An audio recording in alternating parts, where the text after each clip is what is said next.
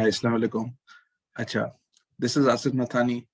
आज मैं आपके साथ जो बात करने लगा हूँ, this is about the tools of investing in the stock market. This is tools of investing. ठीक है। अच्छा, इसके ऊपर बात करने से पहले हम पहले थोड़ा सा स्टॉक मार्केट का कोर्स है, तो स्टॉक मार्केट के ऊपर थोड़ा सा एक रिकैप कर लेते हैं। रिकैप करते हैं। हम पहले बात करते हैं टाइप्स ऑफ मार्केट्स। ठीक है। टाइप्स ऑफ मार्केट्स में हमारे पास आती हैं दो। One is the money market and the other one is capital markets. चूंकि हम स्टॉक मार्केट पे बात कर रहे हैं तो हमारा ताल्लुक कैपिटल मार्केट से है। अच्छा, मनी मार्केट पे थोड़ा ब्रीफली बता दूं कि दिस इज द इन्वेस्टमेंट्स जो आप प्लेस करते हो for tenure of less than 1 year. Less than 1 year. ठीक है। लेस देन 1 ईयर से मुराद है आपके पास पाकिस्तान के अंदर 3 मंथ्स टी बिल्स होते हैं, 6 मंथ्स होते हैं और 9 मंथ्स टी बिल्स होते हैं, अगर आप पाकिस्तान में बात करें। कैपिटल मार्केट्स के अंदर आपके पास दो होती हैं। फर्स्ट ऑफ ऑल, ये लेस देन 1 ईयर है, this is for greater than 1 year. तो आप अगर एक इन्वेस्टर हैं तो इन्वेस्टर से आप मुराद है कि आपका व्यू क्या है। आपका लॉन्ग टर्म व्यू है या आपका शॉर्ट टर्म व्यू है। अगर आप शॉर्ट टर्म व्यू है, आप शॉर्ट टर्म व्यू के साथ स्टॉक मार्केट के अंदर आते हैं, स्टॉक मार्केट क्रैश हो गई, ठग, आपकी इन्वेस्टमेंट खत्म। तो अगर आपका शॉर्ट टर्म व्यू है तो ये आपके लिए मनी मार्केट है। अगर आपका लॉन्ग टर्म व्यू है तो आप कैपिटल मार्केट की तरफ आते हो। कैपिटल मार्केट के अंदर देखिए, अगर आप मनी मार्केट की बात करते हैं तो this is low risk. Money market is low risk. अच्छा, कैपिटल मार्केट के अंदर एक आती है डेट मार्केट, दूसरी आती है जो आपकी स्टॉक मार्केट जिसे आप कहते हैं। डेट मार्केट के अंदर कंपनी के बॉन्ड्स वगैरह हो गए या कॉर्पोरेट बॉन्ड्स।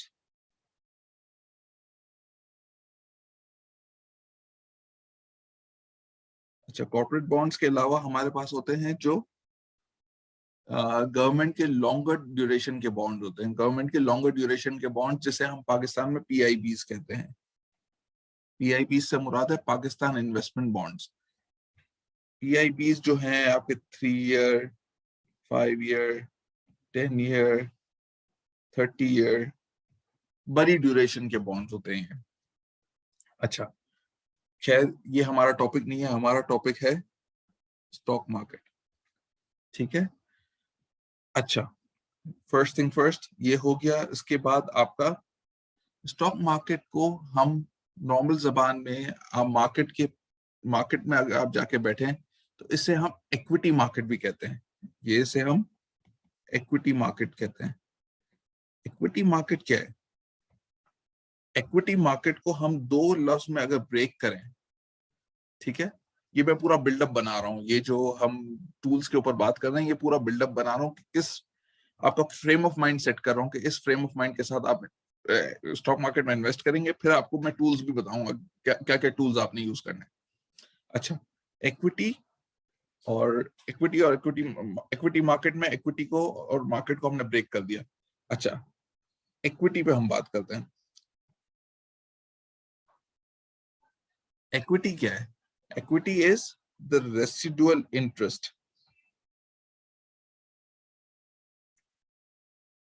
अच्छा, रेसिडुअल इंटरेस्ट क्या होता है? इसको आसान अल्फाज में समझने की कोशिश करते हैं।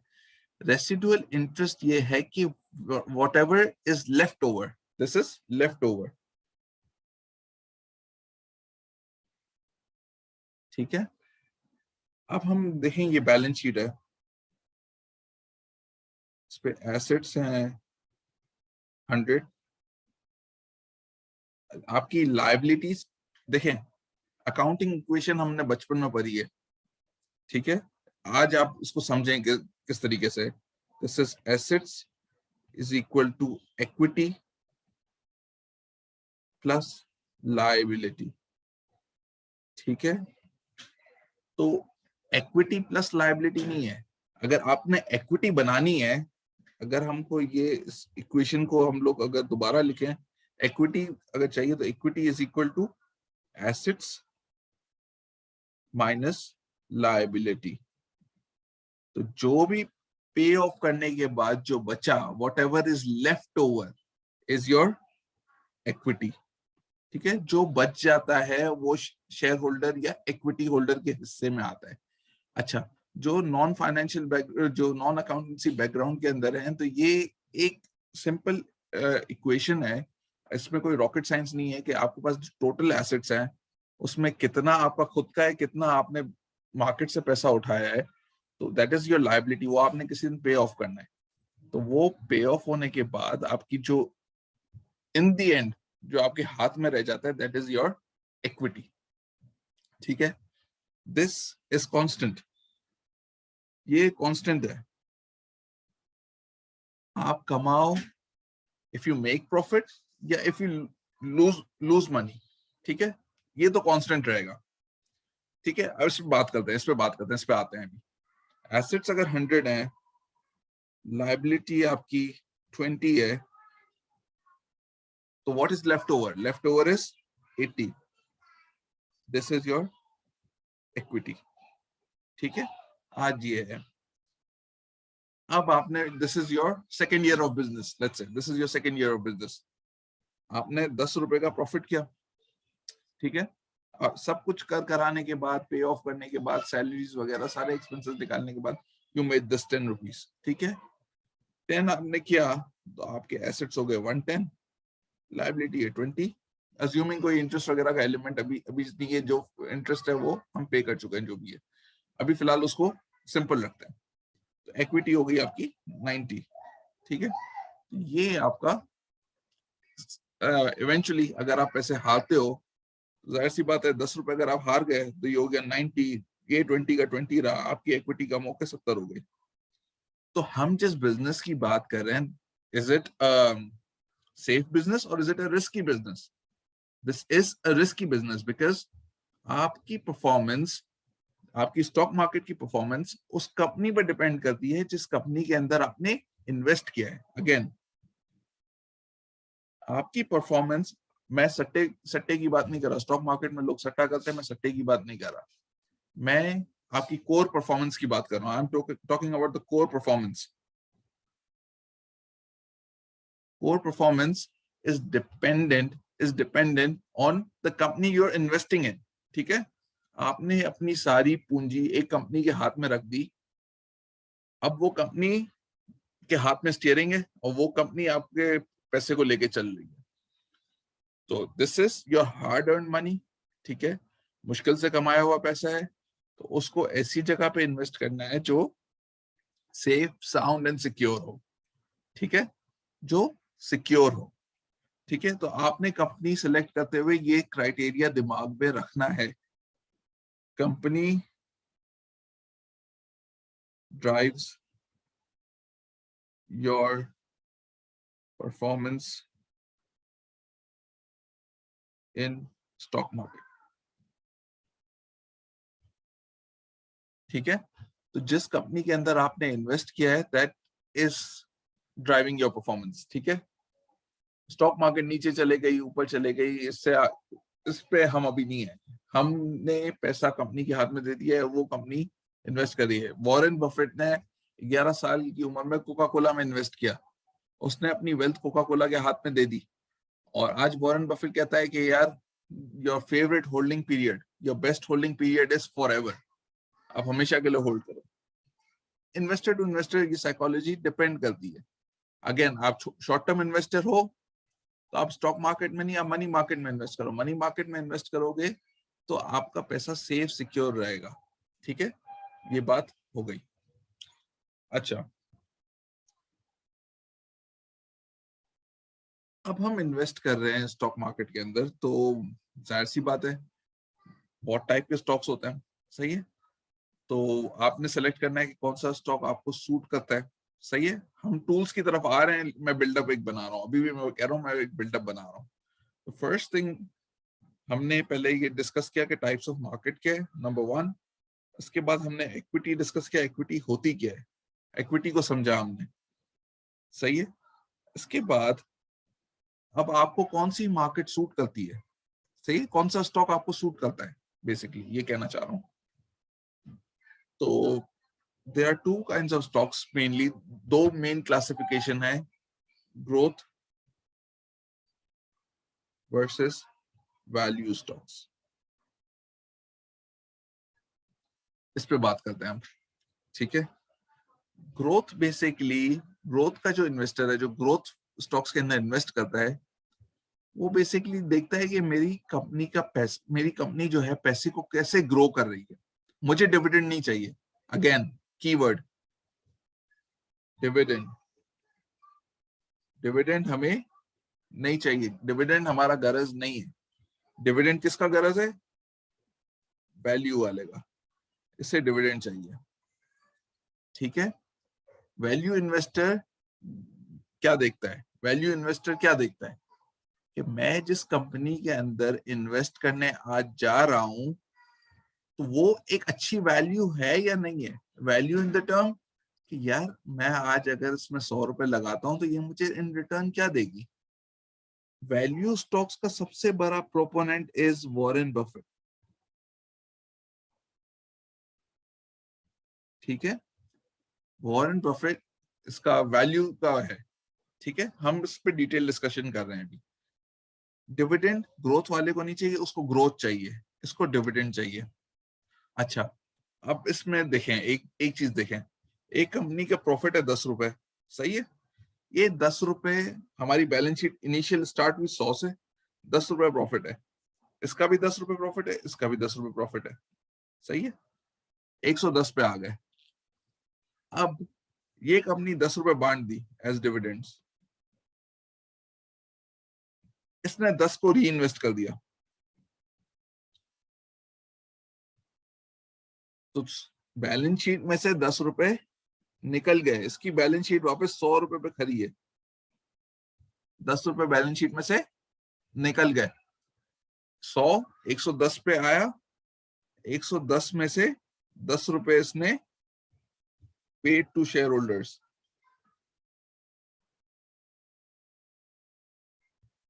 अब बचा कितना, 100 रुपए बचे, ठीक है।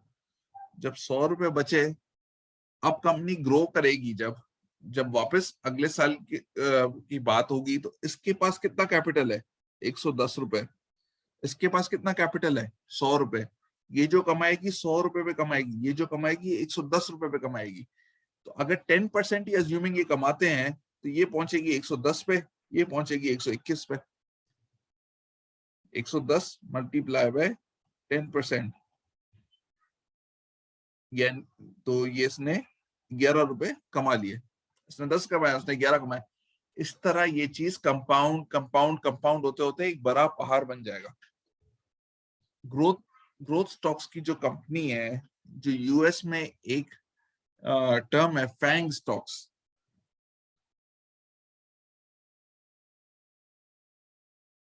फैंग में कौन कौन से आते हैं, फेसबुक,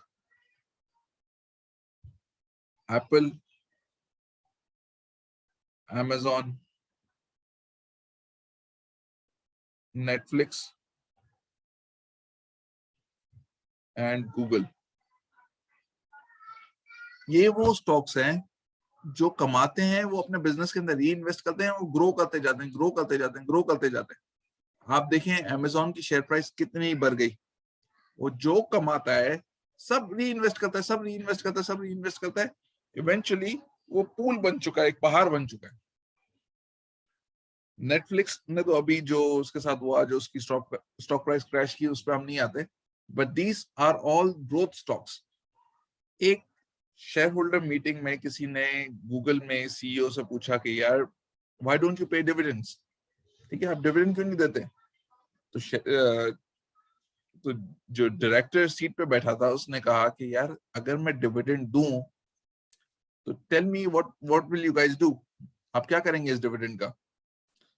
तो किसी ने कहा हम फिक्स डिपॉजिट में इसको इन्वेस्ट कर देंगे, किसी ने कहा हम शॉपिंग कर लेंगे इस पैसे से, फला फला फला. He came to a conclusion, the director of Google came to a conclusion that आप लोग डिविडेंड देने के लायक ही नहीं हो. You don't deserve to be paid a dividend. ठीक है, आपको डिविडेंड मिलने के लायक नहीं हो. तो आप जब डिविडेंड मिलने के लायक नहीं हो तो बोला मैं इस पैसे को ज्यादा बेहतर तरीके से ग्रो कर सकता हूँ कंपेयर टू यू. आप 2% फिक्स डिपॉजिट में अर्न करोगे, मैं 10% कमा लूंगा. इवेंचुअली शेयर होल्डर की वैल्यू बढ़ रही है. सही है. अब again coming back to the topic, अगर एक बुजुर्ग है जिसकी इनकम अपने शेयर से चल रही है, तो वो ग्रोथ स्टॉक्स में इन्वेस्ट करेगा या वैल्यू स्टॉक्स में इन्वेस्ट करेगा? अगेन हम एडवाइस करते हैं जो बुरे हैं वो जाहिर सी बात है स्टॉक मार्केट का रिस्क ना लें. Stock market is very volatile, but still if that person is investing in stock market, इसको ग्रोथ स्टॉक में इन्वेस्ट करना चाहिए या वैल्यू स्टॉक में इन्वेस्ट करना चाहिए? तो ओल्ड एज पीपल या कोई जो जिनका किचन डिविडेंड से चलता है, they are advised to invest in value stocks compared to those people जो young है, जो young generation है, जो 20-25 साल के लोग हैं. they identify an opportunity in the market कि भाई एक स्टॉक है जो कंटिन्यूसली ग्रो कर रहा है, तो मुझे आज तो पैसे की जरूरत नहीं है, तो क्यों ना मैं इसको अपने रिटायरमेंट पूल के अंदर डाल दूं स्टॉक को, और इसको मैं लेके भूल जाऊंगा. तो फिर वो ऑब्वियसली दैट विल बी उसका जो गेन होगा बहुत एक्सपोनेंशियल होगा. 10 का 100 हो जाएगा, 10 का 1000 हो जाएगा, मेनी टाइम्स ग्रो कर जाएगा. सही है ना. तो इस तरीके से आप देखें कंपाउंड होता है पैसा. आप जब बैंक के अंदर पैसा रखते हैं ना, तो बैंक आपको कोट करता है 10% का इंटरेस्ट रेट है. Supposing, is it 10% simple interest or this is 10% compound interest? This is 10% simple interest. The money that you invest in the stock market,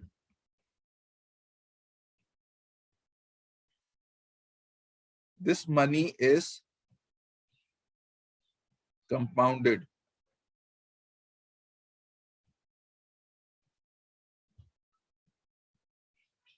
compounded क्या है? मैं तो इसे कहता हूं द मैजिक ऑफ कंपाउंडिंग.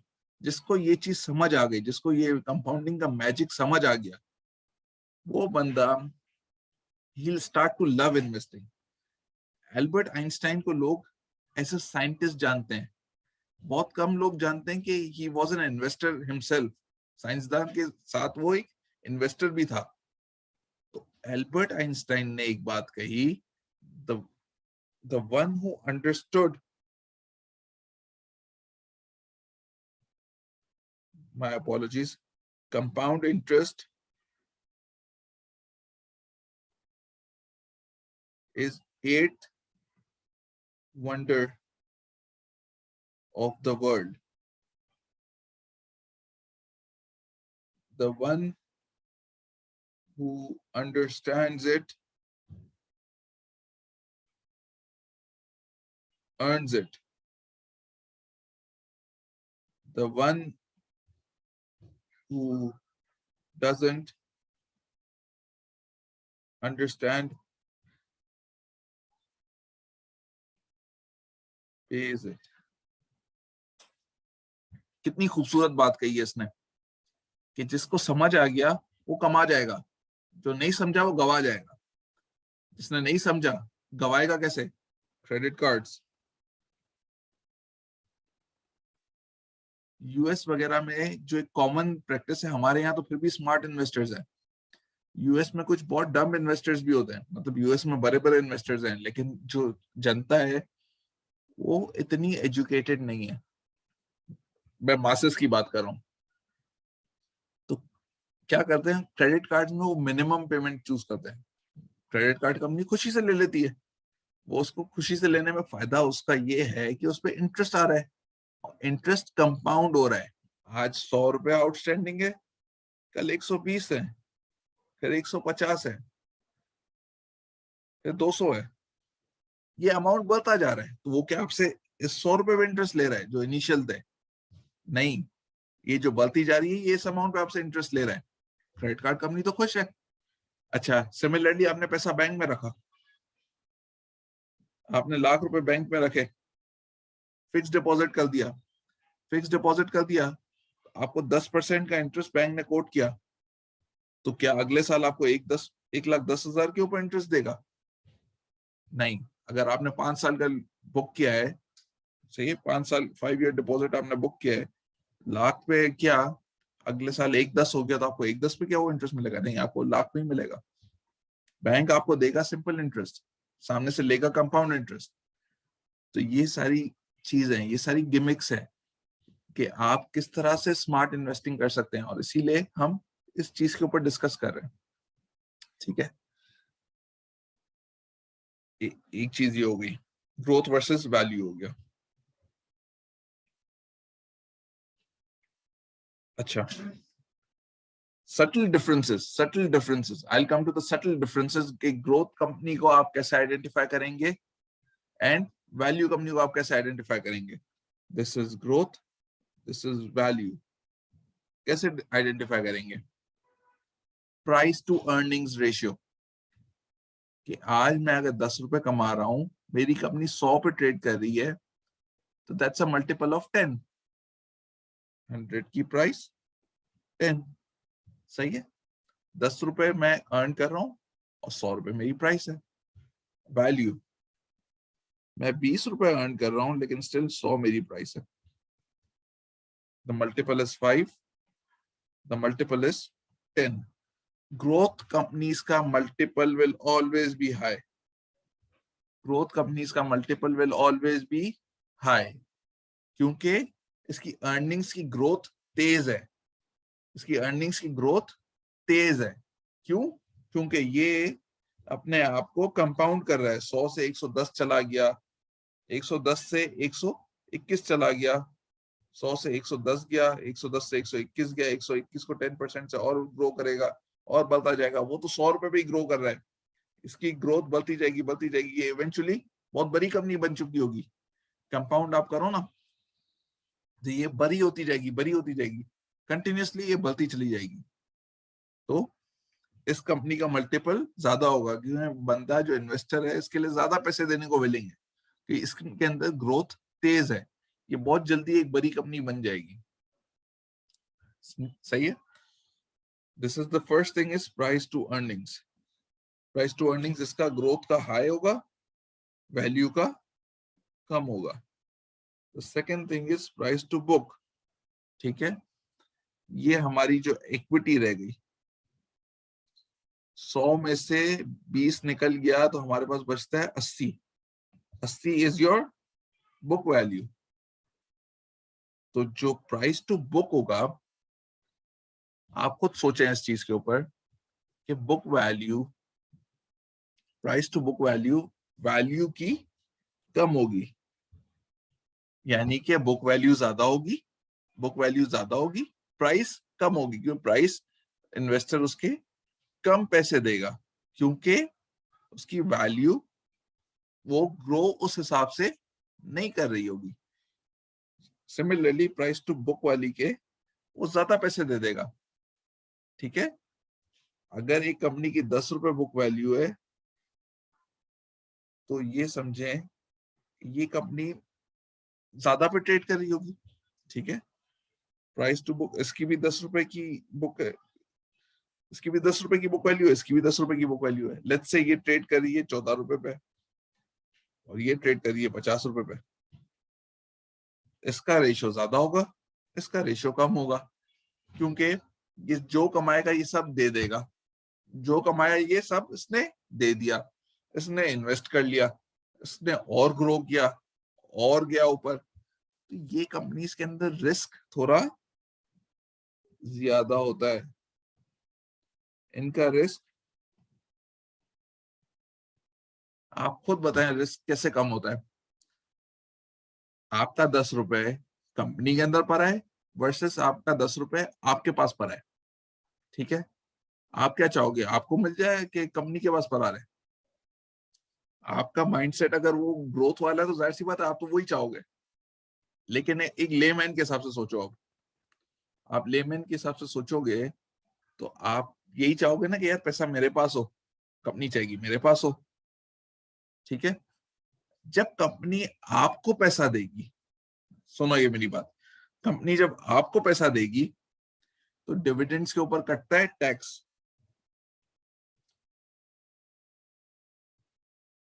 ठीक है, डिविडेंड जब आपको दिया तो आप कटा टैक्स, तो जो 10 है इफेक्टिवली आपको 20%, let's say I am talking about 20% tax, तो आपको मिला 8, कंपनी के अंदर ही रह गया, वो पैसा कंपनी के अंदर ही है, तो 10 का 10 ही है, कोई टैक्स नहीं कटा। ठीक है, इधर 10 का 10 ही रहा, इधर 10 से हो गया 8। तो एज अ, अब थोड़ा सा दिमाग लगाओ, मैं कहाँ बेटर ऑफ हूँ, मैं यहाँ बेटर ऑफ हूँ ग्रोथ में, या मैं वैल्यू में बेटर ऑफ हूँ?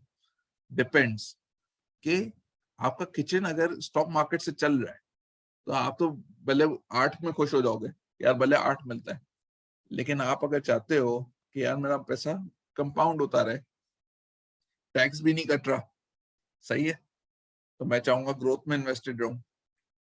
ठीक है, इसके बाद जो कैपिटल गेन्स है,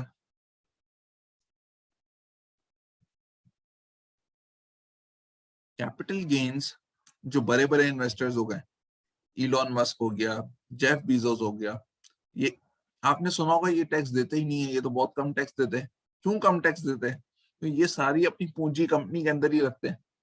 भाई प्रॉफिट रियलाइज करेंगे तो टैक्स देंगे ना, प्रॉफिट अनरियलाइज प्रॉफिट्स है इनके पास, आप प्रॉफिट को रियलाइज करते हो, रियलाइज करोगे तो टैक्स दोगे। तो लॉन्ग टर्म होल्डिंग अगर आपकी है तो it is advisable, for long term holding it is advisable, मैं कोई कोई वर्डिक्ट नहीं दे रहा, इट इज एडवाइजेबल कि आप ग्रोथ स्टॉक्स में इन्वेस्ट करो विच कंटिन्यूज टू ग्रो। ठीक है, एक ये चीज हो गई। अच्छा, हमने इसके ऊपर बात कर ली है dividend yield. Dividend yield, value stocks dividend देते हैं, ग्रोथ स्टॉक्स नहीं देते, तो किसकी यील्ड ज्यादा होगी? वैल्यू की डिविडेंड यील्ड ज्यादा होगी, ग्रोथ की डिविडेंड यील्ड कम होगी। आप इन फैक्टर्स को देखते हुए price to earnings, price to book and dividend yield, ये 3 फैक्टर्स को देखते हुए आप जज कर सकते हो कि whether a stock is a value stock और it is a growth stock. आपको वैल्यू सूट करता है, आप वैल्यू में इन्वेस्ट करें, आपको ग्रोथ सूट करता है, आप ग्रोथ में इन्वेस्ट करें। देयर इज नो लिमिटेशन, आपके ऊपर है, आपकी बिल्कुल आपकी चॉइस है कि आप वैल्यू में इन्वेस्ट करना चाहते हैं, योर चॉइस, आप ग्रोथ में इन्वेस्ट करना चाहते हैं, अगेन योर चॉइस, आपका पैसा है, तो आप जहां बेहतर इन्वेस्ट करना चाहते हैं आप वहां इन्वेस्ट कर लें इसको। ठीक है, ये टॉपिक क्लियर हो गया। अच्छा, अब बात करते हैं कुछ की टर्म्स के ऊपर।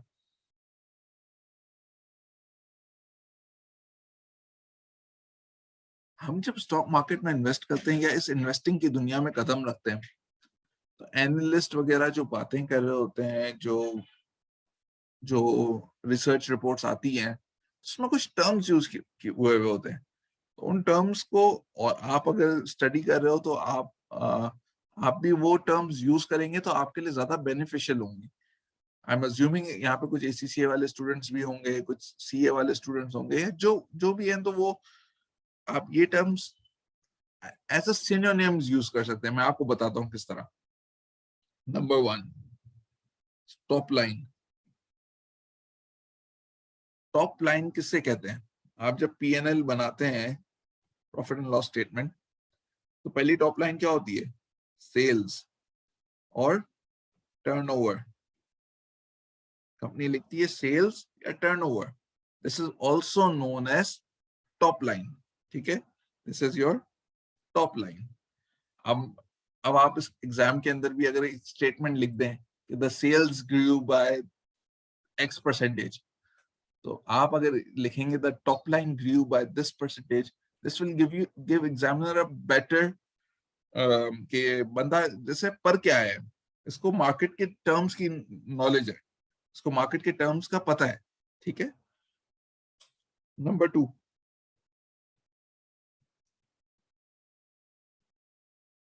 Bottom line. बॉटम लाइन क्या है? आखिर में पीएनएल के नीचे सेल्स होती है, फिर उसमें कॉस्ट ऑफ सेल्स माइनस होता है, उसके बाद आपका ग्रॉस प्रॉफिट आता है।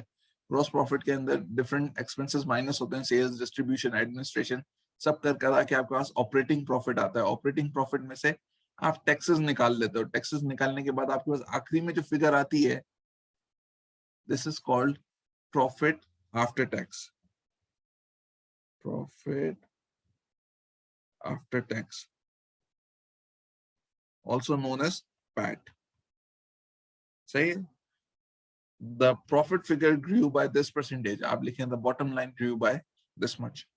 This will give a better presentation या better opinion, मतलब कि एक आप बात समझ रहे हैं ना कि ये एक बेटर दिखाएगा, एग्जामिनर को एक अच्छी चीज दिखाएगा। ठीक है?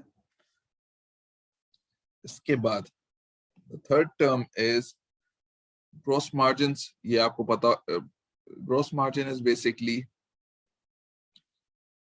sales minus cost of sales is equal to your gross profit. Gross profit, अब GP divide by sales give you gross margins. यानी कि आपने कितना कितना सेल किया, उसकी कॉस्ट कितनी थी, कोर उस प्रोडक्ट को सेल करने की कॉस्ट, सिर्फ उसको कॉस्ट, उसकी सेल करने की cost, this is cost of sales. अच्छा, तो आखिर में जो फिगर आपके पास आता है that is the gross profit. Gross profit divide by sales is gross margins. Net margin, ये जो हम प्रॉफिट आफ्टर टैक्स के ऊपर पहुंचे हैं, this is your net profit. This PAT divide by your sales give you net margin. अच्छा, this is, ये balance sheet पे हम लोग। अच्छा, इसके बाद आप जब एनालिस्ट की रिसर्च रिपोर्ट्स वगैरह पढ़ोगे तो वहां पे कुछ टर्म्स आते हैं, overweight,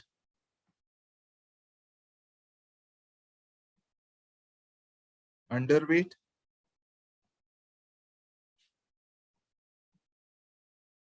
and market wait.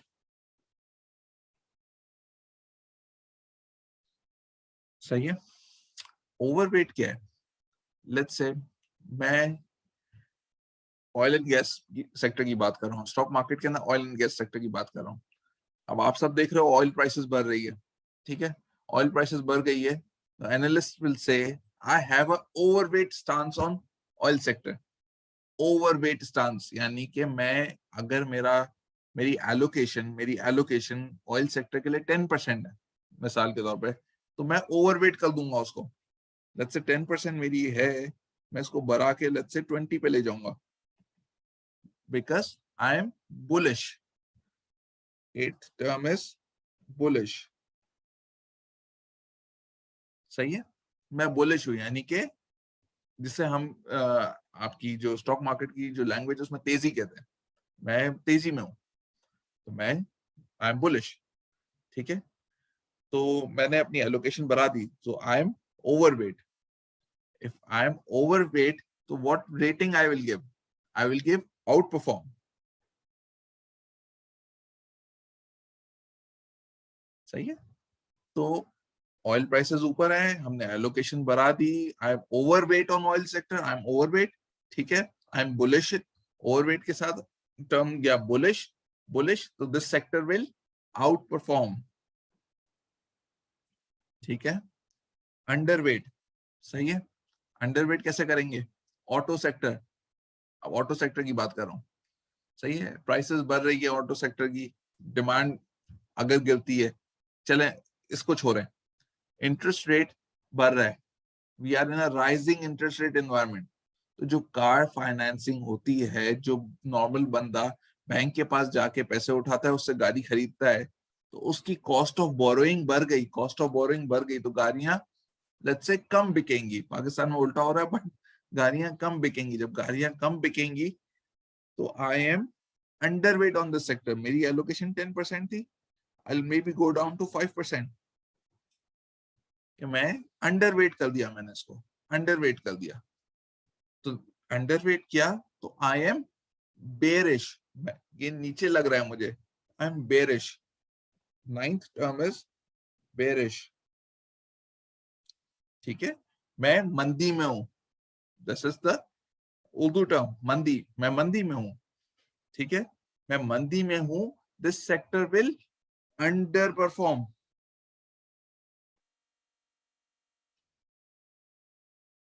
This sector is going to underperform. सही है.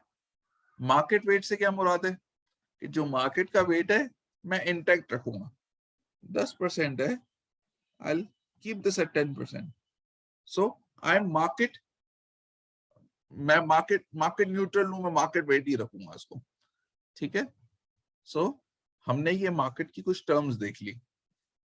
ठीक है, कौन कौन सी? Top line, bottom line, gross margin, net margin, overweight, underweight, market weight, bullish, bearish, ये हमने टर्म्स देख ली. अच्छा, अब आते हैं की टॉपिक की तरफ, द फाइनेंशियल स्टेटमेंट्स.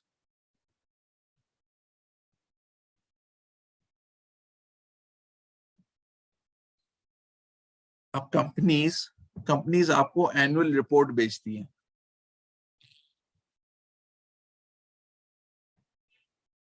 ये हर साल आपको एनुअल रिपोर्ट मिलती है. लोग इसको ऐसे ही लोगों के घर में सर रही होती है, लेकिन एनुअल रिपोर्ट के अंदर कुछ चीजें बड़ी इंफॉर्मेटिव होती हैं. जैसे कि आपने एक कंपनी को स्टडी करना है, तो कैसे स्टडी करना स्टार्ट करोगे? Let's say I like a company ABC. ABC की एनुअल रिपोर्ट आई. ठीक है, तो आप उसके अंदर सबसे पहली चीज क्या उठा के देखेंगे? Number 1, this is the chairman's review. Chairman एक बहुत न्यूट्रल बंदा होता है. चेयरमैन बहुत न्यूट्रल बंदा होता है, तो वो एक जनरल पिक्चर दे रहा होता है. जैसे पाकिस्तान का प्रेसिडेंट है, ही इज न्यूट्रल. ठीक है, तो चेयरमैन बहुत न्यूट्रल सी बातें कर रहा होगा कि भाई गोइंग, थैंक्स फॉर, एक पेट्रोनेज दे रहा है, और उसने बताया कि भाई ये कंपनी इस तरह से ग्रो की, ये चैलेंजेस हैं, फला फला फला. एक आपको ओवरऑल पर्सपेक्टिव मिल गया, एक व्यू मिल गया कि किस सेंस में कंपनी जा रही है. ठीक है, एक छोटा सा very important thing, directors report.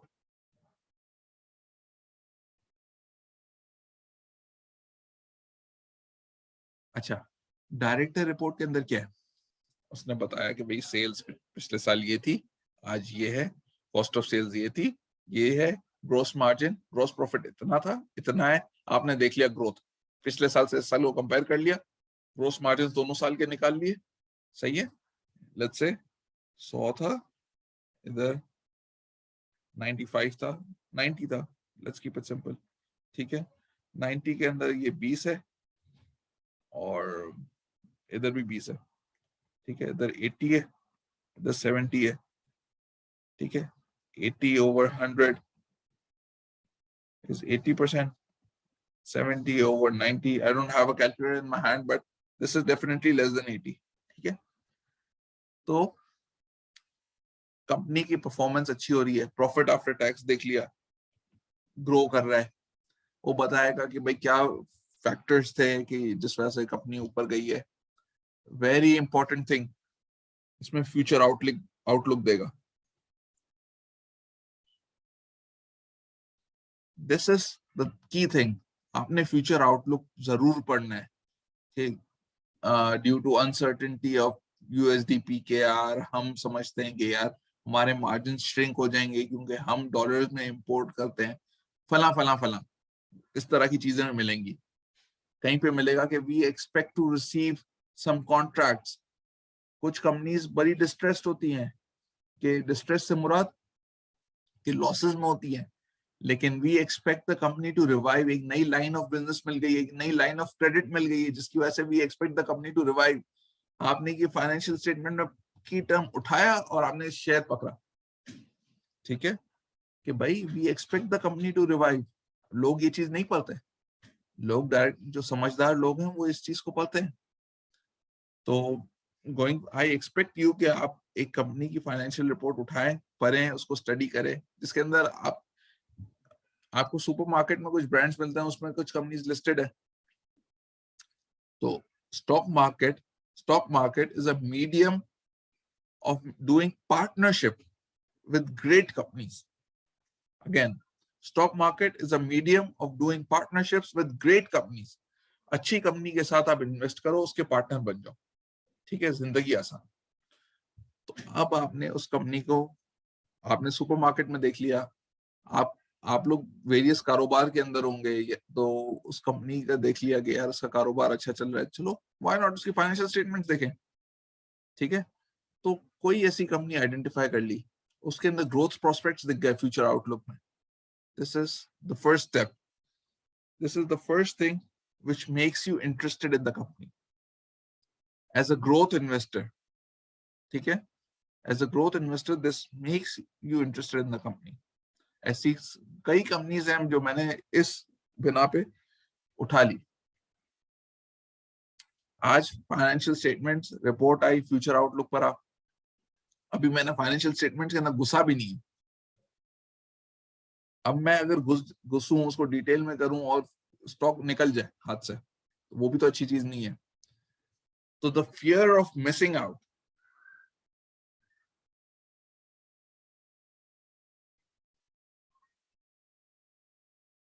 इसे हम आम जबान में फोमो भी कहते हैं। फियर ऑफ मिसिंग आउट से बचने के लिए बंदा यार ये देखा और उसने उठा लिया, फिर कंपनी को स्टडी करेगा, थोड़ी एक छोटी परसेंटेज ले ली। अच्छा, फ्यूचर आउटलुक देख लिया, अब आपके पास क्या आती है? Balance sheet. बैलेंस शीट आई, बैलेंस शीट में आपने उठाया, कुछ चीजें उठा ली। प्राइस टू बुक, ठीक है, प्राइस टू बुक, प्राइस तो आपके पास है क्या, आज क्या प्राइस चल रही है। बुक वैल्यू कैसे निकालेंगे? Assets minus liabilities equal equities, सही है ना? ये हम एक्विटीज में इंटरेस्टेड है ना। इक्विटी की वैल्यू है लेट्स से 1000, ठीक है, जो टोटल इक्विटी की वैल्यू है वो 1000 है। नंबर ऑफ शेयर्स आउटस्टैंडिंग, आपको अभी डेटा पोर्टल पे आ रहा हूँ, डेटा पोर्टल पे दिखाता हूँ। तो number of shares outstanding let's say इस कंपनी के 10 शेयर है, gives a book value of 100, ठीक है। पाकिस्तान में अमूमन, दुनिया का स्टैंडर्ड भी बताता हूँ, पाकिस्तान का स्टैंडर्ड भी बताता हूँ। पाकिस्तान में अमूमन कंपनीज बुक वैल्यू से नीचे ट्रेड कर रही हैं, क्योंकि मार्केट में इन्वेस्टर्स का कॉन्फिडेंस शेकी है, नहीं है। बाहर मुल्कों में अच्छे बिजनेसेस में, अमेरिका की बात कर रहा हूँ, अगर price to book less than 1.5 मिल जाए ना, तो they think this is a great company to invest in, good company to invest in. Pakistan में मैं आपको 10 कंपनियां ऐसी निकाल दूंगा जो 0.75 से नीचे, इवन 0.5 से नीचे, ऐसी कंपनियां भी मौजूद हैं। एक कंपनी मैंने इन्वेस्ट किया है recently, that is 0.1, I can not name it but this is 0.1। यानी कि अगर 1000 रुपए बैलेंस शीट में पड़े हुए हैं, बैलेंस शीट में दिख रहे हैं 1000 रुपए पड़े हुए, मुझे वो कंपनी, उस कंपनी को टोटल वैल्यू करूं तो 100 रुपए की कंपनी है, सारे शेयर खरीद लो 100 रुपए में, उसकी बुक में 1000 पड़े हुए, और 1000 भी किसी रिसीवेबल्स या इन्वेंट्री में टाइड अप नहीं है, हार्ड कैश पर आवे। अब आप क्या करोगे? मुंह में पानी आ गया, इन्वेस्ट कर दोगे, बल्ले होल्ड करना पड़ता है। इवेंचुअली कंपनी विल कन्वर्ज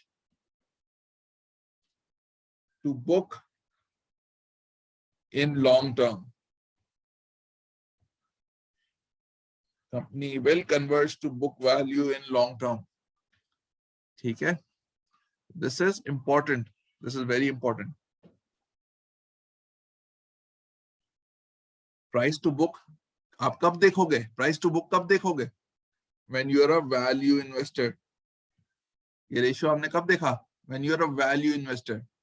ठीक है, सबसे पहली चीज बैलेंस शीट। अभी हम बैलेंस शीट पे हैं, अभी हम प्रॉफिट एंड लॉस की तरफ नहीं गए। प्रॉफिट एंड लॉस की तरफ जाऊंगा अभी। दिस इज अभी बैलेंस शीट के ऊपर है। बैलेंस शीट पे पहली चीज देख ली, price to book.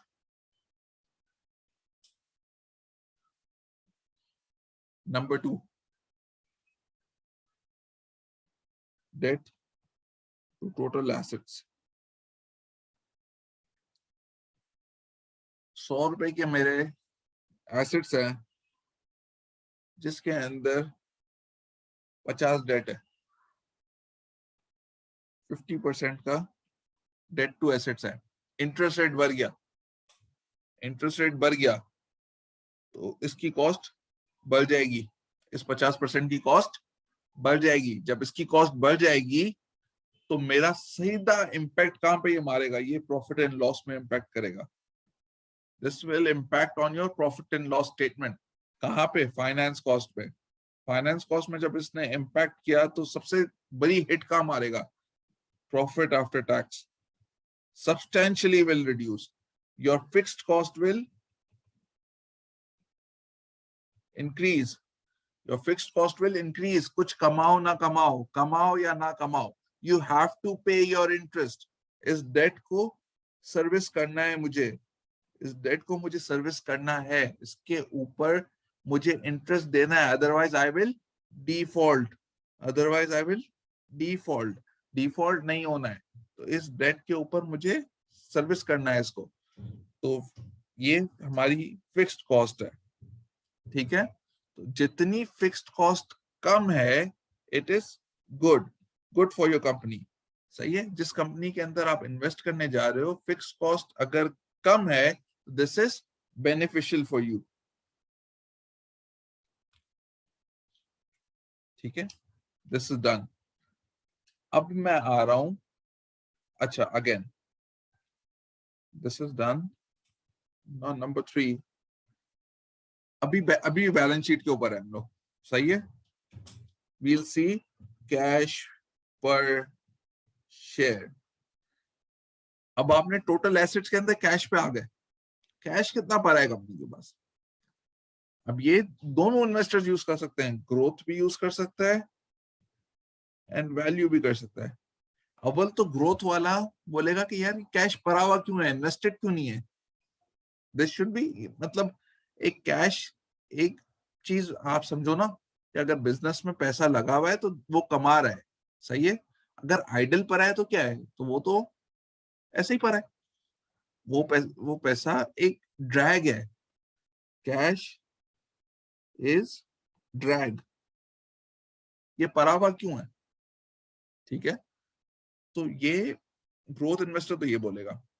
Value investors को दूसरे नजरिए से देखेगा कि कैश है तो डिविडेंड कंपनी दे सकती है।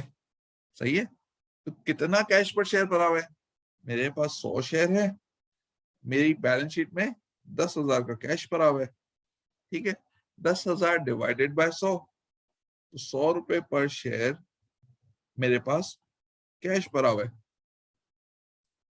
तो कैश रखा क्यों है? हमें डिस्ट्रीब्यूट, वो एजीएम में जाएगा, बोलेगा भाई आपके क्या प्लान है, ये कैश आप क्या करना चाह रहे हो उस कैश का?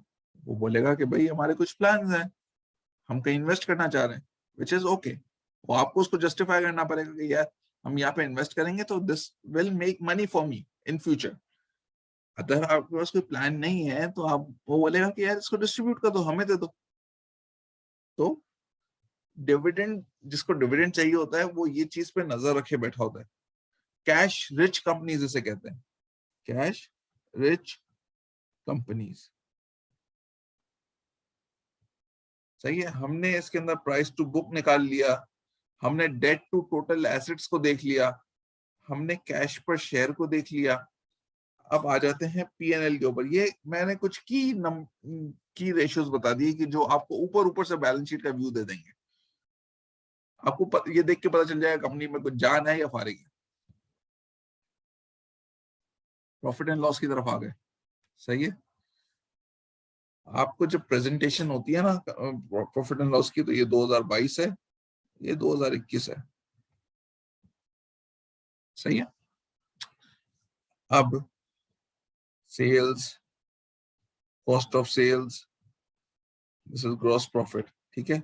इसमें से ये माइनस हो गया, 100 माइनस 10 इज 90, सही है। 100 माइनस 10 इज 90। अच्छा, इधर क्या है, इधर लेट्स से कोई भी नंबर उठा लेते हैं, इधर समझे 80 है, 80 माइनस 20 दिस इज 60। आपने फौरन जीपी रेशियो निकाला 90 ओवर 100। ये हाइपोथेटिकल नंबर्स हैं, इस पे कोई साइंस नहीं है, ये हाइपोथेटिकल नंबर्स मैंने पुट किए। 60 ओवर 80, सही है। ये आपको एक नंबर मिल गया कि यार कंपनी कितना ग्रो कर रही है। एक तो आपने सेल्स की ग्रोथ देखी, अच्छा, ये दोनों को नंबर को निकाला, इधर ग्रोथ चेक की, इस रेशियो की ग्रोथ चेक की, this is your growth in gross margin. Margin बढ़ रहे हैं या मार्जिन रिड्यूस हो रहे हैं, ठीक है। इसके बाद आपने क्या देखा, profit after tax, bottom line पे आ गए हम, बॉटम लाइन पे आ गए। कंपनी ने कमाया 30 रुपए, इधर कंपनी ने कमाया 24 रुपए। 24 divide by 80 is 30%, 30 divide by 100 is also 30%। तो कुछ इधर बीच पे ऐसा हुआ है जिसकी वजह से ये मार्जिन स्क्वीज हो गए। आया, ये सेल्स जो हमने बढ़ाई है, जो इतनी सेल्स को बढ़ाई है, ये किस एक्सपेंस पे बढ़ाई है, सेलिंग एंड डिस्ट्रीब्यूशन। ये एक्सपेंस होता है पीएनएल के ऊपर। तो ये जस्टिफाई कर रहा है इस चीज को, ये आपने देखना है कि सेलिंग एंड डिस्ट्रीब्यूशन बढ़ा के एट व्हाट एक्सपेंस ये मेरी सेल्स इतनी बढ़ी है। आपको अक्सर कंपनीज को डिस्काउंट्स देने पड़ते हैं, कोई ल्यूक्रेटिव ऑफर्स देनी पड़ती है टू ग्रो देयर सेल्स। तो ये चीज है, कितनी सस्टेनेबल है, ये सब आप कंपनी से पूछेंगे, बात करेंगे। एजीएम होती इसलिए इन सब नंबर्स को आप देख रहे होते हैं। अच्छा, जब हम बैलेंस शीट के ऊपर होते हैं, एक रेशियो मेरे जहन में अभी अभी बात करते करते आया, दिस इज इन्वेंट्री। हमारी बैलेंस शीट में एक नंबर होता, एक चीज होती है करंट एसेट्स के अंदर, करंट एसेट्स में एक होती है हमारी इन्वेंट्री। अच्छा, इन्वेंट्री है, ये ग्रो कर रही है, ये ऊपर जा रही है, ये नीचे आ रही है, सही है। अगर तो ये इन्वेंट्री पाइल अप होती जा रही है, पाइल अप होती जा रही है, सही है, इसका मतलब क्या है, हम कौन सा रेशियो चेक करेंगे, इन्वेंट्री उठाया हमने यहां से, सेल्स उठाया हमने यहां से, ये दोनों का कंबाइंड रेशियो है बैलेंस शीट और पीएनएल का। हमने देखा इन्वेंट्री टू सेल्स, ठीक है, ये रेशियो बढ़ रहा है। If this ratio is increasing, इसका मतलब company is not able to sell, इधर कोई प्रॉब्लम है, कंपनी बेच नहीं पा रही है, इधर कुछ प्रॉब्लम है। अगर तो ये रेशियो कम हो रहा है, दिस डिनोट्स कि कंपनी अच्छा सेल कर रही है, और there is a growth in economic activity. इधर हो सकता है कि हम रिसेशन के अंदर चले गए हो, स्पेंडिंग रिड्यूस हो गई हो, परचेजिंग पावर कम हो गई हो, जिस वजह से हम मतलब लोगों का खरीदारी का रुझान कम हो गया है, तो इन्वेंट्री टू सेल्स बढ़ गया। हाँ, या तो हम बहुत अच्छी इकोनॉमिक बूम आ गया है जिसकी वजह से लोगों का बहुत पैसा है, तो दे वो हर चीज बाय कर रहे हैं, जो वो बाय कर सकते हैं वो कर रहे हैं, स्पेंडिंग बहुत बढ़ गई है लोगों की, जैसे कि अभी आजकल यूएस में हो रहा है, तो वो सब बाय कर रहे हैं भाई। पहले होता था कैश इज किंग, अब हो गया इन्वेंट्री इज किंग, जिसके पास इन्वेंट्री है वो बादशाह है, वो जिस मर्जी चाहे प्राइस पे बेच सकता है। तो इन्वेंट्री टू सेल्स बढ़ रहा है तो कंपनी बेच नहीं पा रही है, इधर प्रॉब्लम है। गिर रहा है तो कंपनी ज्यादा सेल कर रही है, ठीक है, उसको एक्सपेंशन की जरूरत है। एक्सपेंशन की जरूरत है, ठीक है। इन्वेंट्री टू सेल्स गिर रहा है, let me write it here, inventory to sales गिर रहा है, ठीक है। एक लॉन्ग टर्म इन्वेस्टर इन्वेस्ट कर रहा है, ठीक है। इन्वेंट्री टू सेल्स गिर रहा है, इसका मतलब कि और इन्वेंट्री की जरूरत है, the company needs to go for expansion. जब एक्सपेंशन के लिए जाएगी तो उसको फंड्स चाहिए होंगे, फंड्स चाहिए तो अगेन हम कहाँ चले गए, फंड्स चाहिए तो हम कहाँ चले गए, कैश पर शेयर, ठीक है। कितना कैश पर है, क्या ये इससे फंड हो सकता है, नहीं हो सकता, तो डेट लेना पड़ेगा। डेट की क्या सूरत हाल है, डेट की क्या सूरत हाल है, और लेवरेज चाहिए, तो ये और सिचुएशन को खराब कर देगा। अच्छा, इंटरनली जनरेटेड कैश है तो सबसे अच्छा है, सबसे चीप कॉस्ट ऑफ फाइनेंसिंग क्या है, internally generated funds, internally generated funds, this is low cost, सबसे लो कॉस्ट है। लेकिन अगेन, अब मैं एक बंदा हूं जो वैल्यू इन्वेस्टर हूं, सही है। Company will use it's cash, company cash को यूज कर लेगी, तो मेरे लिए कुछ बचेगा। मैं तो ग्रोथ इन्वेस्टर हूं नहीं, मैं तो ग्रोथ के लिए इन्वेस्ट कर ही नहीं रहा, मैं तो वैल्यू के लिए कर रहा हूं। अगेन इधर क्लिक होगा कि यार ये कंपनी मेरे लिए नहीं है, मैं इधर से एग्जिट कर लेता हूं, मैं वैल्यू की तरफ चला रहा हूँ कि कंपनी के dividends might not be able to sustain, क्या, company will not be able to sustain its dividends, sustain dividends. अगर ये इसको इन्वेस्ट कर देगी, it will not be able to sustain dividends, ठीक है। तो आपने ये सब चीजें देखनी है, बैलेंस शीट को देखेंगे देखेंगे स्टडी करेंगे तो दीज थिंग्स विल कम, ये आप डायरेक्टली आपके दिमाग के अंदर आ जाएंगी। अच्छा, जो भी आप लोग इस लेक्चर को सुन रहे हैं, I want you to analyse a company on your own. Stock, Pakistan stock exchange की वेबसाइट पे जाए, कोई कंपनी उठाए, अपनी पसंद की कंपनी उठाए, 500 550 कंपनीज हैं, इतनी बड़ी तो स्टॉक मार्केट है नहीं, कोई भी अच्छी कंपनी लगती है उठाए, उसकी बैलेंस शीट को स्टडी करें, come up with this numbers, खुद उसको सजेस्ट करें, ठीक है। अच्छा, नाउ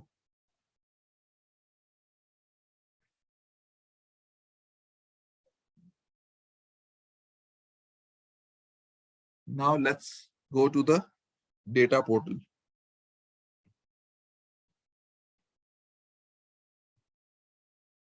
अच्छा, जब पाकिस्तान स्टॉक एक्सचेंज की वेबसाइट पे जाएंगे आप, dps.psx.com, इसके ऊपर आप जाएंगे, वहां पे एक फ्लैग होगा डेटा पोर्टल का,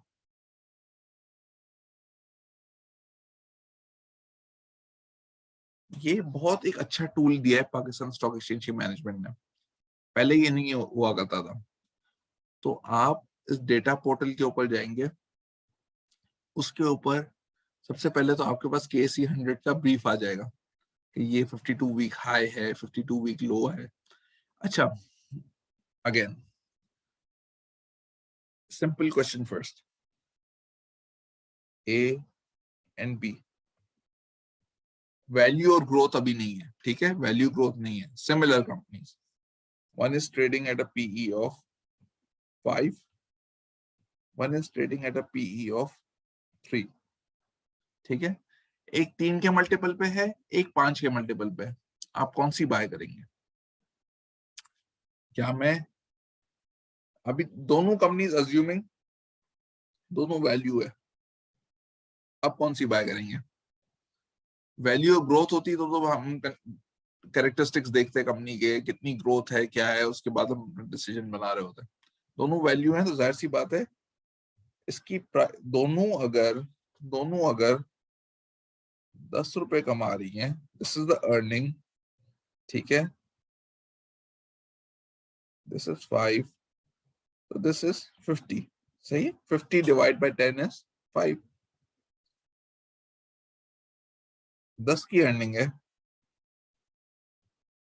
दिस मस्ट बी 30, यानी कि दिस इज चीप, ठीक है, दे आर लाइकवाइज कंपनीज, कोई वैल्यू नहीं है, कोई ग्रोथ नहीं है, तो जाहिर सी बात है जिसका पीई कम होगा हम उसके अंदर इन्वेस्ट करेंगे।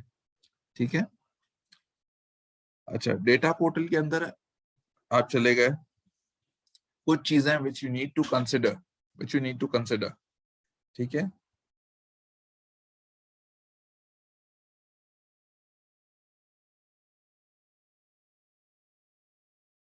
सही है, आपने कंपनी उठानी है तो ऐसी उठानी है विच इज क्लोज टू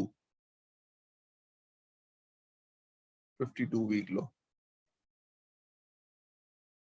मैंने मैंने एट 52 वीक लो नहीं बोला, मैंने क्लोज टू 52 वीक लो बोला। इसकी रीजन क्या है?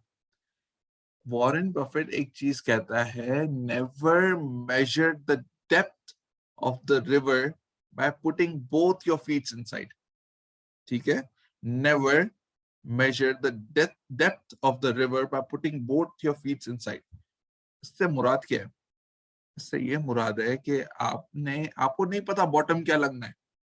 ठीक है, आप एक बॉटम पे ले रहे हो, लेट्स से एक कंपनी का 52 week high is 10 rupees and 52 week low is 6 rupees. ठीक है, 10 का हाई 6 का लो, अभी 6 पे खरीदी है, नीचे भी तो जा सकती है, उसको एक लो सेट करने दो। उसने एक दफा लो सेट करके लेट्स से गोइंग फॉरवर्ड उसने एक 4.5 रुपए का लो सेट कर लिया, अब ये ट्रेड करिए 5.25 रुपए पे। 4.5 रुपए पे जब भी जाती है कंपनी के अंदर अच्छी बाइंग आ जाती है and it starts to move up. ये 3 4 5 दफा ये लेवल टेस्ट हो चुका है। लेवल आपको, आप ये ग्राफ्स देखोगे ना कंपनी के डेटा पोर्टल पे जाके, तो you will get to know कि भाई ये कंपनी का साल का लो क्या बना है। ठीक है, अब 5.25 रुपए पे चल रही है, साल का हाई इज 10, अब ये 6 खत्म हो चुका, अब 4.5 का लो बन चुका है। ठीक है, और 5.25 पे चल रही है, और ये लेवल बार बार टेस्ट हुआ है, ये लेवल नहीं टूटता। अब क्या करूं मैं, इसको ले लूं, कंपनी भी प्रॉफिटेबल है, ये सारे जो रेशियोज हमने ऊपर बात की ना वो भी अच्छे हैं, और कंपनी प्रॉफिटेबल भी है, ग्रोथ भी आ रही है, थोड़ी बहुत ग्रोथ भी आ रही है, थोड़ी बहुत ग्रोथ भी चल रही है, this is the good time. ठीक है, then you can invest in this company. अच्छा, एक तो हमने देख लिया 52 week low,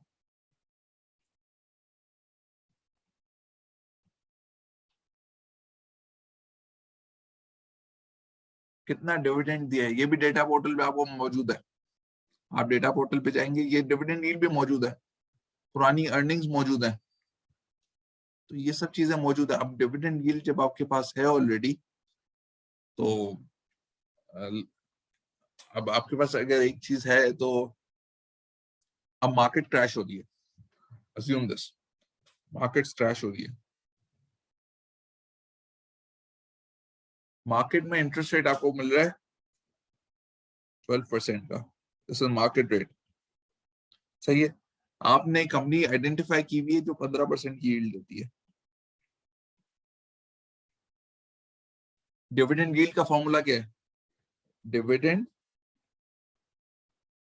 divide by price. अगर मैं आज 100 रुपए लगाता हूं तो मुझे 15 रुपए मिलते हैं। ठीक है, ये अगर मार्केट क्रैश हो रही है, ठीक है, मार्केट का रेट तो 12% ही है, सही है, ये क्रैश होके चला गया, प्राइस नीचे चले गई, जाके हो गई 80 रुपए, 80 रुपए पे चले गई। सही है, तो ये रेशियो जब डिनोमिनेटर कम हो गया तो उसका रिजल्ट बढ़ गया। सही है ना, जब डिनोमिनेटर बढ़ गया 15 डिवाइड बाय 80, तो ये is definitely more than 15। 15 divide by 80 is definitely more than 15। ठीक है, तो डिविडेंड यील्ड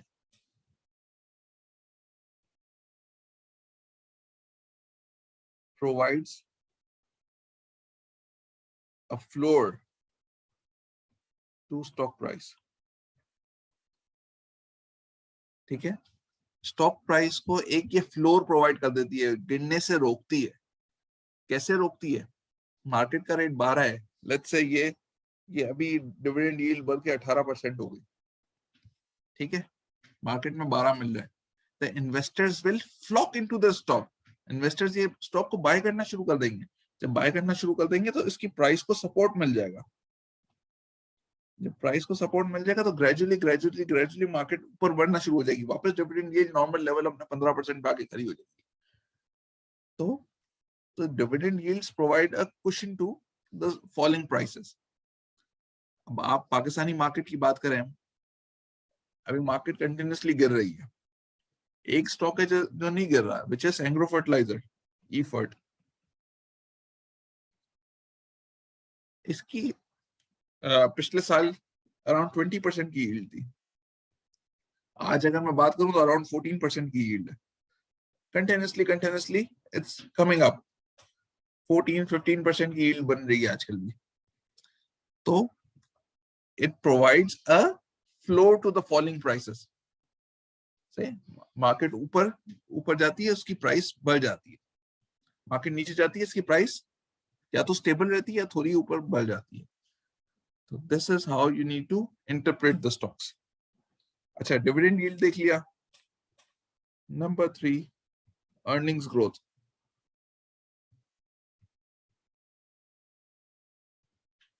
अच्छा, ईयर ऑन ईयर कितनी अर्निंग्स ग्रो हो रही है? One is the year on year growth. जो ग्रोथ इन्वेस्टर होता है ना, वो देख रहा होता है क्वार्टर ऑन क्वार्टर ग्रोथ।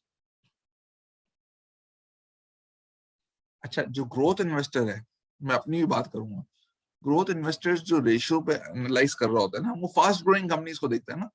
तो फास्ट ग्रोइंग कंपनीज अक्सर प्रॉफिट में नहीं होती हैं, वो बाद में जाके प्रॉफिट बनाती हैं, अभी तो ग्रो कर रही हैं वो।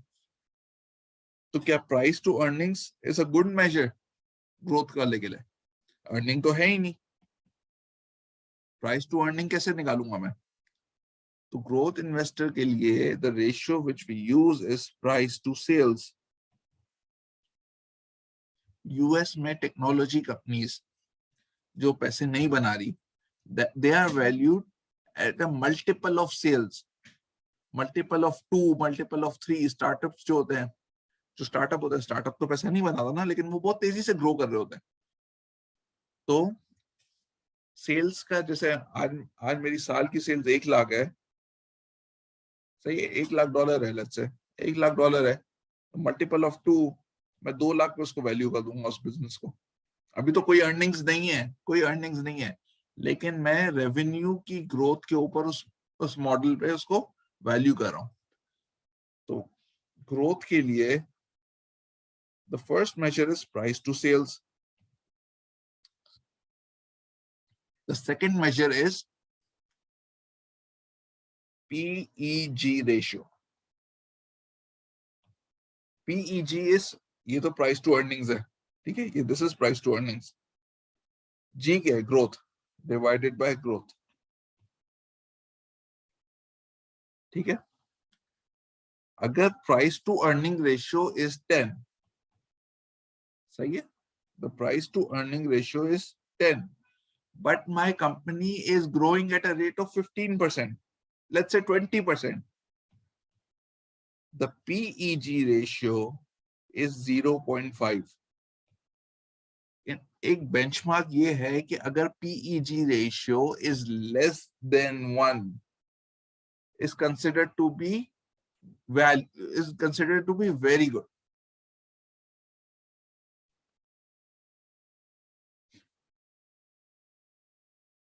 तो ये हो गया हमारा PEG रेशियो। और अब अगर मैं आपको थोड़ा सा डेटा पोर्टल की तरफ लेके जाता हूं।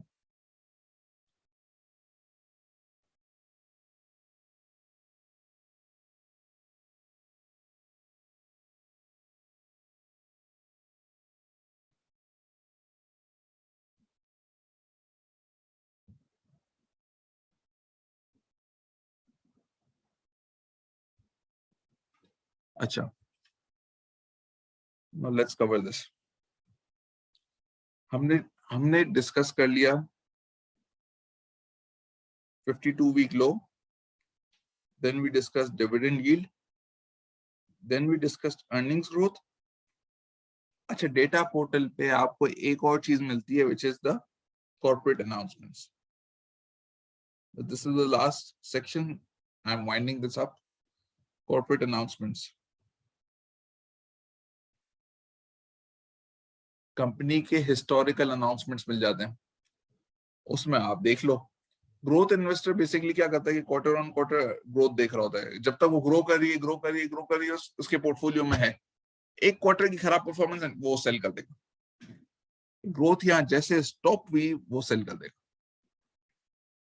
तो हमारे पास ग्रोथ इन्वेस्टर्स के लिए अभी एक नया आया है जेम बोर्ड।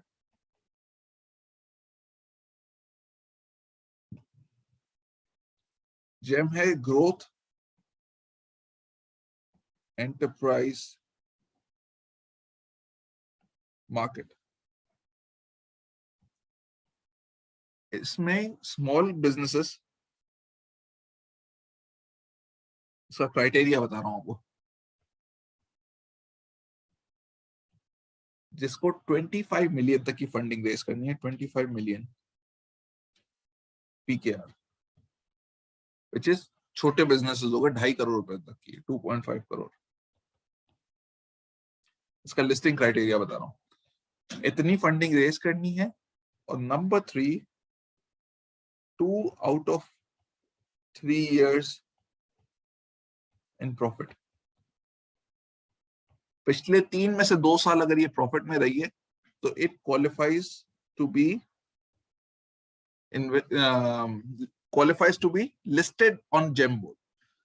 मतलब मैं अगर एक बिजनेस हूं, मैं एक प्राइवेट लिमिटेड कंपनी हूं और मैं ये 3 क्राइटेरिया फुलफिल करता हूं तो मैं स्टॉक मार्केट में जेम बोर्ड पे लिस्टिंग के लिए अप्लाई कर सकता हूं। जब मैं ऑब्वियसली बड़ा हो जाऊंगा, जब बच्चा बड़ा हो जाता है तो it will move to the normal board.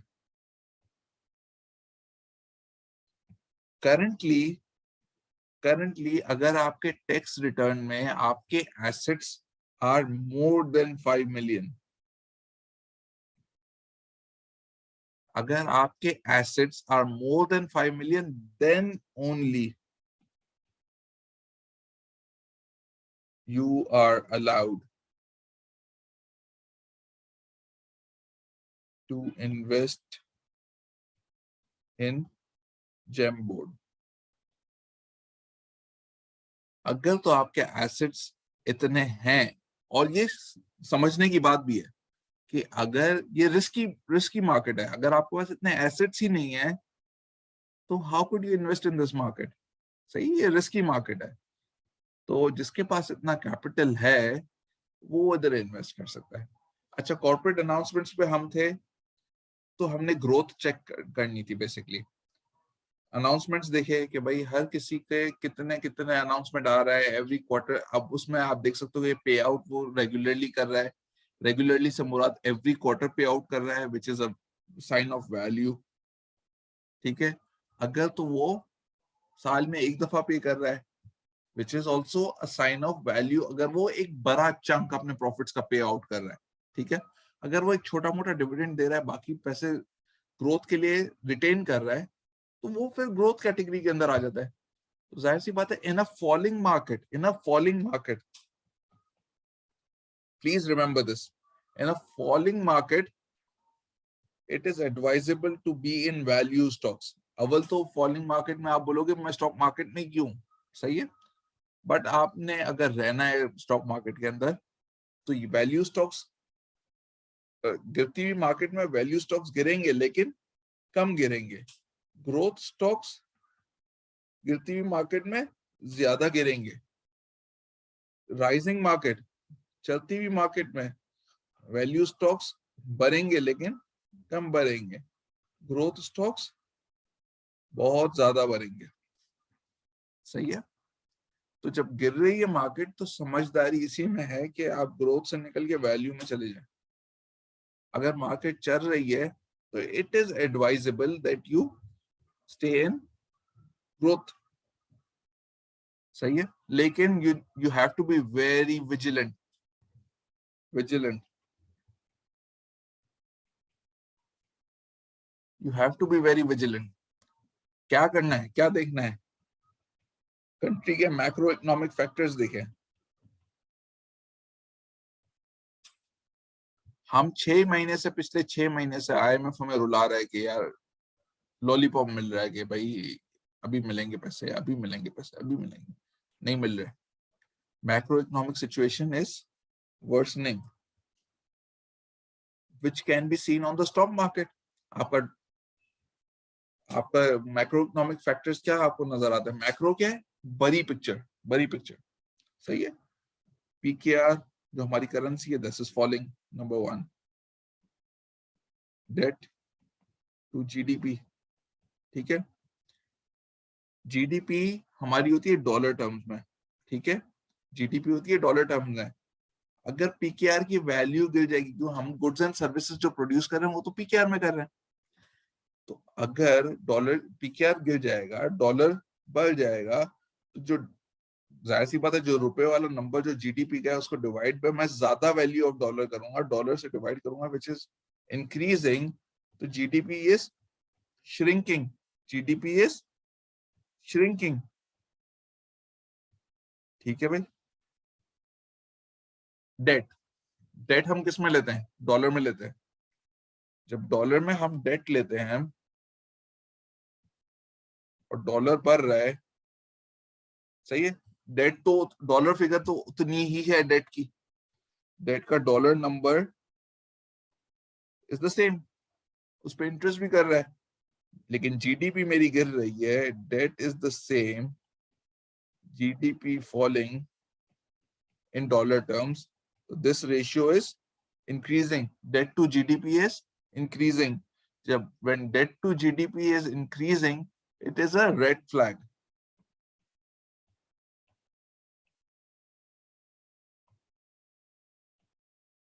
Countries with more than 70% debt to GDP are risky. आपका जो US है, US का अराउंड 200% डेट टू GDP है, बट डॉलर की डिमांड है अपनी. जापान इज 200%, लेकिन अगेन सुपर पावर है. Pakistan right now is 90%. और जितना डॉलर डिवैल्यू होगा, this number will keep rising up. ठीक है. Number 3, forex reserves. हम किस पे हैं? हम मैक्रो पिक्चर के ऊपर बात कर रहे हैं. फॉरेक्स रिजर्व्स, ठीक है, हमें इंपोर्ट की पेमेंट्स करनी होती है, इंपोर्ट पेमेंट्स, एक्सपोर्ट रिसीट्स. सही है. एक्सपोर्ट की रिसीट आती है मुल्क के अंदर, इंपोर्ट की पेमेंट जाती है मुल्क से बाहर. ठीक है. इन दोनों का जो गैप है currently in Pakistan is around $40 billion. ठीक है. गैप 40 अरब का है. इसको फिल कैसे करेंगे? रेमिटेंसेस आती है, रेमिटेंसेस आती है मुल्क के अंदर. जब रेमिटेंसेस आती है तो इसमें से कुछ गैप फिल हो जाता है. लेट्स से 30 बिलियन, इस साल की 30 बिलियन है. जो ये 10 बिलियन बच गया is called the current account deficit. जो ये डेफिसिट है वो कहां से पूरा हो रहा है? हर साल मैं इतना डेफिसिट कर रहा हूं, this is going out from my reserves. ये पैसा रिजर्व में से निकल रहा है. इसको फुलफिल करने के लिए हमें जरूरत है IMF, world bank and other lending institutions.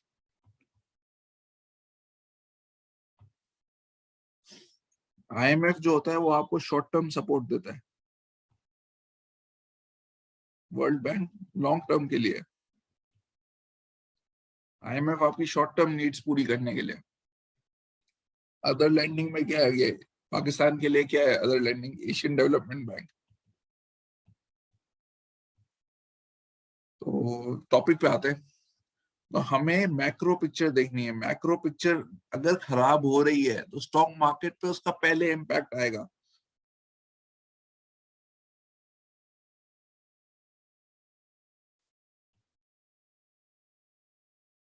बेहतर है आप स्टॉक मार्केट से एग्जिट ले लें। अगर एग्जिट नहीं लिया तो वैल्यू की तरफ चले जाए, डिविडेंड यील्ड वाले स्टॉक्स पकड़ लें ताकि आप बड़े डिक्लाइन से बच सके। ठीक है, this is it for today. I hope you have learn something new. इंशाल्लाह अपना बहुत ख्याल रखिएगा। Thank you, Allah Hafiz.